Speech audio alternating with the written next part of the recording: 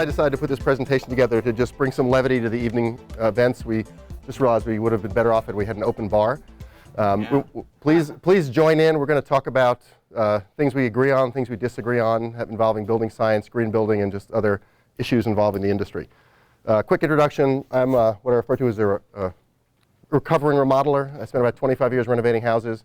Got out about 5 years ago, and I do green building consulting, writing, speaking, certifying buildings, and all sorts of other mischief.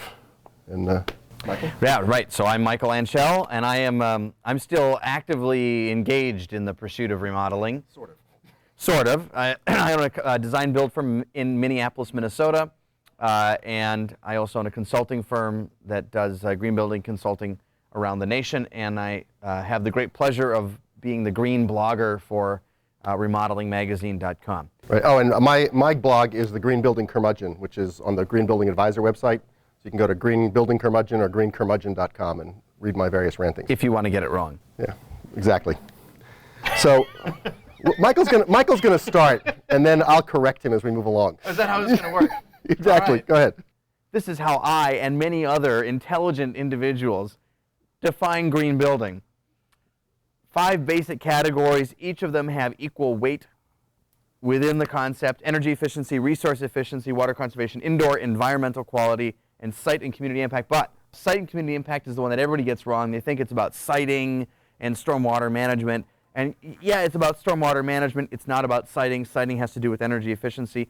The community impact piece is about how that structure impacts the neighborhood, whether it improves it or it makes it worse. You know, that big vinyl-sided box on the back of that beautiful Tudor house, which is, I would argue, instantly not green building because it hurts the neighborhood. But for me, it's about displaced impact, social justice, what are the materials that we're buying, where are they coming from, who is it impacting, health and safety of workers. It's truly the community impact. And this is the piece that everyone forgets about. And I think, you know, if I rank these, you know how I rank them. Oh yeah, we've heard. I rank them in reverse order.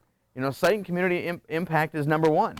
That's as far as I'm concerned. But in my opinion, is you have forgotten durability. And actually, if you go to some of the videos we have online, he actually agrees to this. So he's recorded as agreeing that durability can be viewed as a separate concept. And this is one of our points of argument. Is I believe we need to build buildings to be durable, and we have a difference of opinion in some areas on that. We do want things to not rot like the first week you put them together. So which one of these is most important? They're all pretty much even. Them equal? Yeah. You want 6 categories? I tend to lean a little towards energy efficiency, which I know you spit on energy efficiency, but which I think you might get beaten up at the end of this conference. It's a very good chance. There's a couple of things we want to go over. Michael, one of his pet projects is EPDs. What you want to kind of? Are you guys familiar with environmental product declarations? Anybody? Nobody's? Okay, so, well, a couple people. All right, so when we're trying to figure out if something is good or bad, when we're looking at materials, should I buy this or buy that? Which material should I use? One of the tools that we can use to measure it is an environmental product declaration, and it's an expensive process. It's a long process, but it gives us good third-party confirmed data on how the product performs, and we end up with products like Vitrazo, which can say 100% they are a zero-waste product. Period. That's a really big deal. I think, I'd be nice if everybody went through that, but I fully acknowledge the problem. Yeah. No, I agree with you. They're a great idea, but it's going to be decades. I have a feeling I'll be retired or dead before the vast majority of products have EPDs. Have an EPD.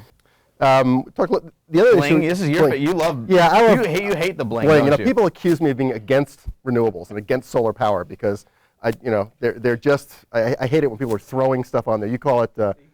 Yeah, you have another word. Bling. Right, vitamin C. Yeah, and we got some pictures. But all the stuff that people. Eco bling. Am I still smoking?